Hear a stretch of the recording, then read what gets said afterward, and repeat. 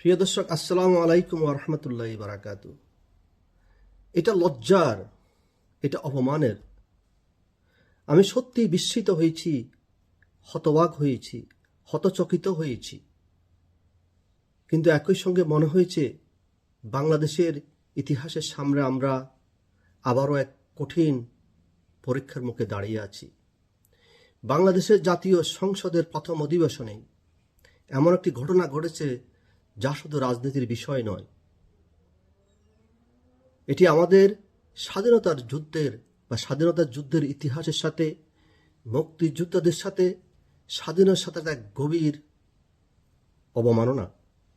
প্রশ্ন হচ্ছে, 1971 সালে এই দেশের মানুষের বিরুদ্ধে যারা অবস্থান নিয়েছিল, যারা পাকিস্তানি বাহিনীকে সহযোগিতা করেছিল, তাদের নামে কি শোক প্রস্তাব সংসদে আসতে পারে? দুঃখজনক হলেও সত্য, আজকে সেই ঘটনাটাই আমরা প্রত্যক্ষ করলাম, আমরা অবলোকন করলাম।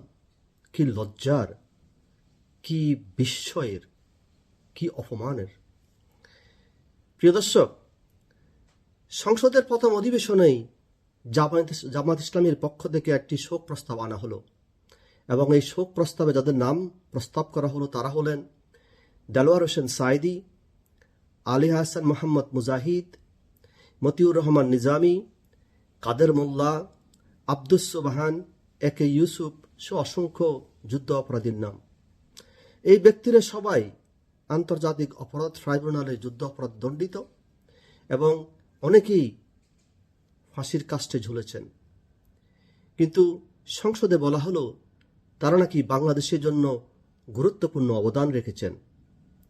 আর সবচেয়ে বিস্ময়কর বিষয় হলো, স্পিকার বীর বিক্রম হাফেজউদ্দিন সাহেব এই শোক প্রস্তাব গ্রহণ করলেন। একজন মুক্তিযোদ্ধা, একজন বীর বিক্রম। প্রশ্ন জাগে, তিনি কি অনুভব করেছিলেন সেই মুহূর্তে?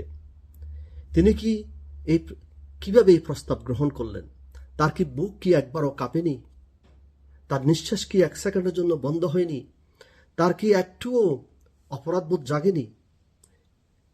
কারণ তিনি তো একজন বীর বিক্রম, তিনি একজন মুক্তিযোদ্ধা। তার তো বোঝা উচিত, জানা উচিত এদের কি ভূমিকা ছিল আমাদের গৌরবময় 1971 সালের স্বাধীনতা যুদ্ধে। প্রিয় দর্শক, একবার চোখ বন্ধ করুন। 1971 সাল, বাংলাদেশের শহর গ্রাম ওরা জ্বালিয়ে তছনছ করে দিচ্ছে। ওরা হাজার হাজার মানুষকে হত্যা করতেছে। ওরা এক কঠিন হত্যাযজ্ঞ চালাচ্ছে, এবং তাদের সে হত্যাযজ্ঞ এবং তাদেরকে পথ দেখাচ্ছে কারা? রাজাকার, আল বদর, আল শামস, যারা আজকে এই জামাত ইসলামী নামে পরিচিত। তারা নিরীহ মানুষকে গুলি করে হত্যা করেছে। তারা যদি জানতে পারে কোনো লোক মুক্তিযুদ্ধকে সহযোগিতা করেছে, তাদেরকে নির্মমভাবে গ্রেনেড দিয়ে খুঁচিয়ে খুঁচিয়ে হত্যা করেছে। আর সে সময় বাংলাদেশের 3 লক্ষ মা বোনকে ইজ্জত দিতে হয়েছিল, 30 লক্ষ মানুষকে শহীদ হতে হয়েছিল। আজকে যখন এই শোক প্রস্তাবে সংসদে আনা হলো, আজকে যদি এই শহীদদের আত্মা কথা বলতে পারত, তারা বলতো, এই জন্য কি আমরা জীবন দিয়েছিলাম? এই জন্য কি আমাদের মা বোনদের সম্ভ্রম লুট করা হয়েছিল? প্রিয় দর্শক, এসব শুধু রাজনীতি নয়, এটা জাতির ইতিহাসের এক চরম অপমান, চরম লজ্জার, চরম ঘৃণার। প্রিয় দর্শক, সত্যি বলতে গেলে আমি খুব একটা অবাক হইনি, কারণ ইতিহাস আমাদের অনেক কিছু মনে করিয়ে দেয়। বিএনপি যখন 2 বার ক্ষমতা ছিল, প্রত্যেকবারই তারা যুদ্ধ অপরাধী মতিউর রহমান নিজামী এবং আলী আহমদ মুজাহিদকে মন্ত্রী বানিয়েছিল, এবং তাদের গাড়িতে রক্তে রঞ্জিত বাংলাদেশের গৌরবের পতাকা পথ করে উঠছিল।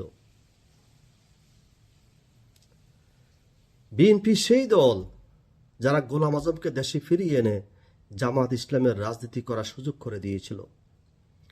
তাই আজ যদি সংসদে যুদ্ধ অপরাধের জন্য শোক প্রস্তাব আসে, তাহলে সেটা কোনো নতুন বিষয় নয় বা কোনো বিস্ময়কর বিষয় নয়। এটা ইতিহাসেরই ধারাবাহিকতা। প্রিয় দর্শক, আমি একটা কথা মনে করে দিই, আমি একজন মুক্তিযুদ্ধের সন্তান। আমার বাবা মুক্তিযুদ্ধ করেছিল এবং তার একটা সার্টিফিকেট ছিল। কিন্তু 1975 সালের পট পরিবর্তনের পরে আমার বাবা জিয়াউর রহমানের হিংসার বশবর্তী হয়ে নির্যাতনের শিকার হতে হয়েছিল। তিনি সেই সার্টিফিকেট ছিঁড়ে ফেলেছিলেন।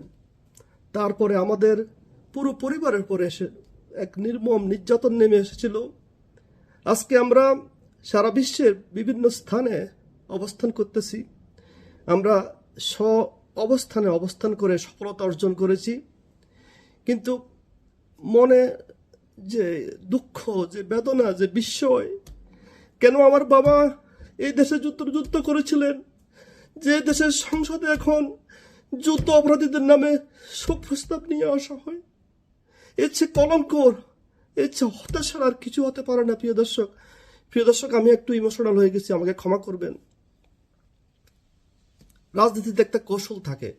বিএনপি হয়তো বলতে পারে এটা রাজনৈতিক কৌশল, কিন্তু এখানে প্রশ্ন হলো, রাজনৈতিক কৌশলের একটা সীমা থাকা উচিত। ক্ষমতার জন্য, ভোটের জন্য আমরা কি সবকিছু ভুলে যাব? আমরা কি সেই মানুষদেরকে সম্মান জানাবো যারা 1971 সালের দেশ বিরোধী অবস্থান নিয়েছিল? যদি রাজনীতি আমাদের মুক্তিযুদ্ধ চেতনাকে বিসর্জন দেয়, তাহলে সেটা আর কৌশল নয়, সেটা ইতিহাসের সাথে বিশ্বাসঘাতকতা। আরেকটা বিষয় খুবই উদ্বেগজনক, সেটা হলো বিএনপির স্বরাষ্ট্রমন্ত্রী মিস্টার সালাউদ্দিন সাহেব বলেছেন যে 1971 সালের মুক্তিযোদ্ধারা যদি ইন্ডেমনিটি পেতে পারে, তাহলে জুলাই আন্দোলনের লোকজনও ইন্ডেমনিটি বা ইমিউনিটি পেতে পারেন তাদের অপরাধের জন্য। এই তুলনা শুনে সত্যি আমি বিস্মিত হয়েছি। 1971 সাল কি হয়েছিল? বাংলার মানুষ লড়াই করেছিল পাকিস্তানের মতো একটি শক্তিশালী রাষ্ট্রের বিরুদ্ধে, পাকিস্তানি সেনাবাহিনীর বিরুদ্ধে, এবং তার সহযোগী রাজাকার আল বদর আল শামসের বিরুদ্ধে সংগ্রাম করেছিল, যুদ্ধ করেছিল, যেখানে 30 লক্ষ মানুষকে হত্যা করা হয়েছিল।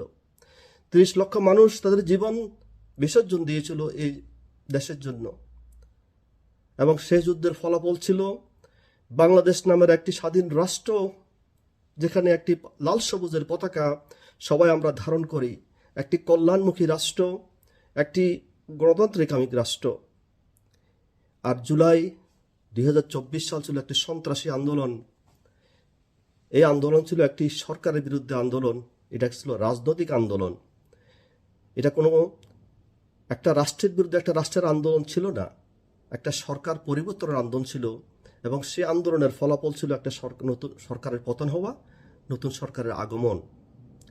এই দুই ঘটনা তুলনা করা, এটা ইতিহাসের প্রতি অন্যায়, স্বাধীনতা যুদ্ধের প্রতি অন্যায়, আমাদের মুক্তিযোদ্ধাদের প্রতি অন্যায়, আমাদের শহীদদের প্রতি অন্যায়, আমাদের অস্তিত্বের প্রতি অন্যায়।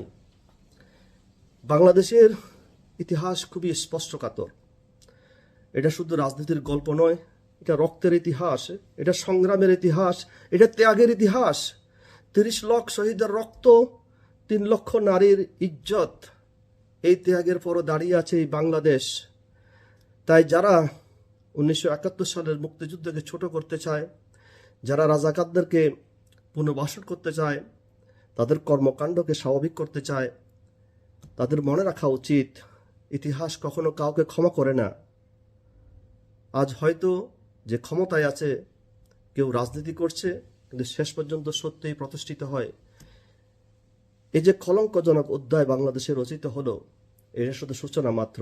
আমরা এরকম অসংখ্য কলঙ্কজনক অধ্যায় দেখার জন্য অধীর আগ্রহে বসে আছি। আমরা বিস্ময়ের সাথে আরো অনেক কিছু দেখব, জানব এবং শুনব। তবে পরিশেষে একটা কথাই বলতে চাই, আমি আগে যেটা বলছিলাম সেটা হলো, ইতিহাস কাউকে ক্ষমা করে না। ইতিহাস তার আপন গতিতে চলে, ইতিহাস সত্যকে ধারণ করে। বাংলাদেশের মানুষ ইতিহাসকে ধারণ করবে এবং একদিন এই অপশক্তির পরাজয় হবে। প্রিয় দর্শক, ভালো থাকবেন। আবার দেখা হবে আরেকটা ভিডিওতে।